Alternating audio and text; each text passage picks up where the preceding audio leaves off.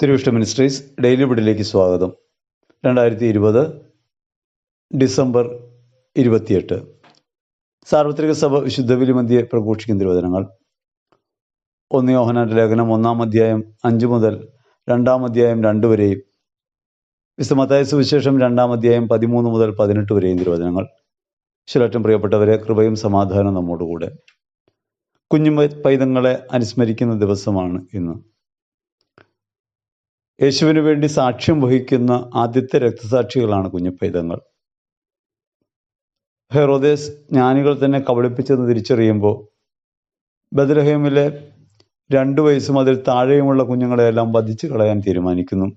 ക്രിസ്തു ഭൂമിയിൽ ആഗതനായപ്പോൾ അവനെ പ്രതിയുള്ള സഹനങ്ങൾ ആരംഭിക്കുന്നു.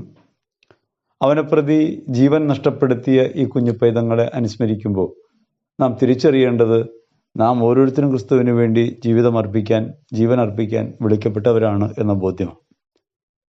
അപ്രകാരം ദൈവത്തിൻ്റെ ഇഷ്ടത്തിനനുസരിച്ച് ജീവിക്കാൻ, വിശുദ്ധിയിൽ ജീവിക്കാൻ വിളിക്കപ്പെട്ടവരാണ് നമ്മളെന്ന് സുവിശേഷം നമ്മെ ഇന്ന് ഓർമ്മിപ്പിക്കുന്നു. ഒപ്പം തന്നെ ലോകത്ത് കുഞ്ഞുങ്ങൾ ഏറ്റവും കൂടുതൽ വേട്ടയാടപ്പെടുന്ന ഒരു കാലഘട്ടത്തിലാണ് നാം ജീവിക്കുക. പ്രാകൃതമായ അക്രമങ്ങൾ കുഞ്ഞുങ്ങളുടെ നേരെ ഉണ്ടാവുന്നു. പലപ്പോഴും മനുഷ്യൻ്റെ അധമവികാരങ്ങൾക്ക് വിധേയപ്പെടുന്നവരായി കുഞ്ഞുങ്ങൾ മാറുമ്പോൾ ആനുകാലിക ലോകം പീഡനങ്ങളെന്നവയെ വിളിക്കും. ഇത്തരം അക്രമങ്ങൾ, അടിച്ചമർത്തലിൻ്റെയും ഭീകരമായ നരഹത്യയുടെയും രൂപം ധരിക്കുന്നത് ഇന്ത്യയുടെ സാമൂഹ്യ പശ്ചാത്തലത്തിൽ വിരളമല്ല. അതോടൊപ്പം തന്നെ നമ്മുടെ ജീവിത ചുറ്റുപാടുകളിലൊക്കെ ബാല്യം ബലികഴിക്കുന്ന നിരവധി കുഞ്ഞുങ്ങളുണ്ട് എന്ന കാര്യം നാം വിസ്മരിക്കരുത്.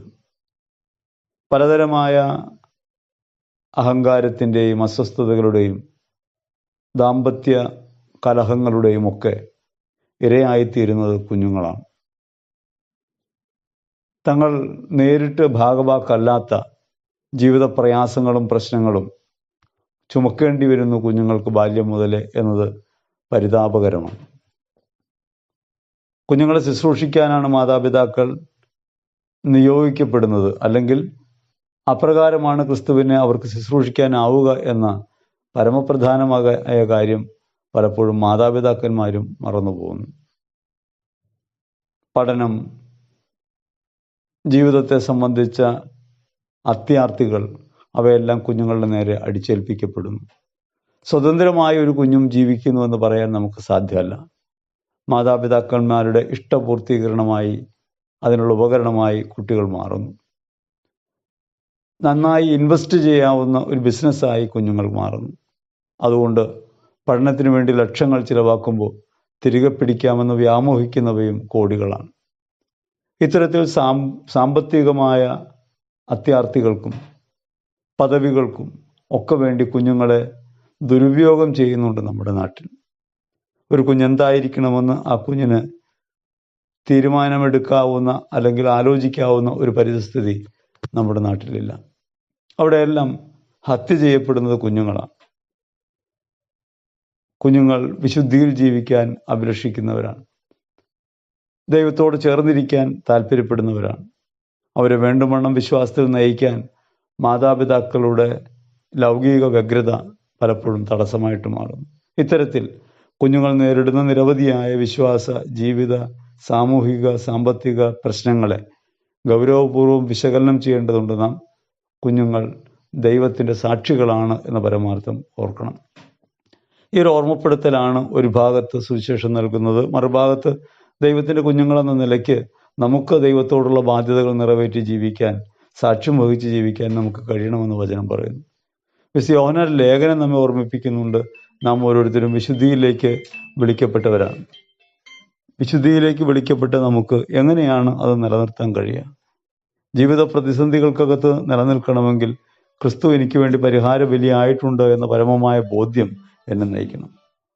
അങ്ങനെ ക്രിസ്തു എന്നെ നയിക്കുകയും അവൻ്റെ ജീവിതത്തിൻ്റെ നന്മകളാൽ എന്നെ പരിപോഷിപ്പിക്കുകയും ചെയ്യുന്നുവെന്ന് ഞാൻ തിരിച്ചറിയുമ്പോഴാണ് എനിക്ക് വേണ്ടി പരിഹാര ബലിയായ, ലോകത്തിന് മുഴുവൻ പരിഹാര ബലിയായ ഒരുവൻ്റെ ഇഷ്ടത്തിനനുസരിച്ച് ജീവിക്കാൻ എനിക്ക് കഴിയും.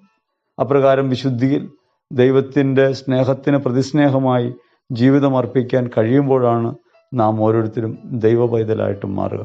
ആനുകാലിക ലോകത്ത് ദൈവമക്കളുടെ കടമ നിറവേറ്റാൻ, സാക്ഷ്യത്തിൻ്റെ ജീവിതം നയിക്കാൻ, കുഞ്ഞുങ്ങളെ ദൈവത്തിൻ്റെ സാക്ഷികളായി പരിഗണിച്ച് അവരെ ശുശ്രൂഷിക്കുന്നവരായി ജീവിക്കാൻ ഞങ്ങളെ ബലപ്പെടുത്തണമേ എന്ന് ഹൃദയപൂർവ്വം പ്രാർത്ഥിക്കാം.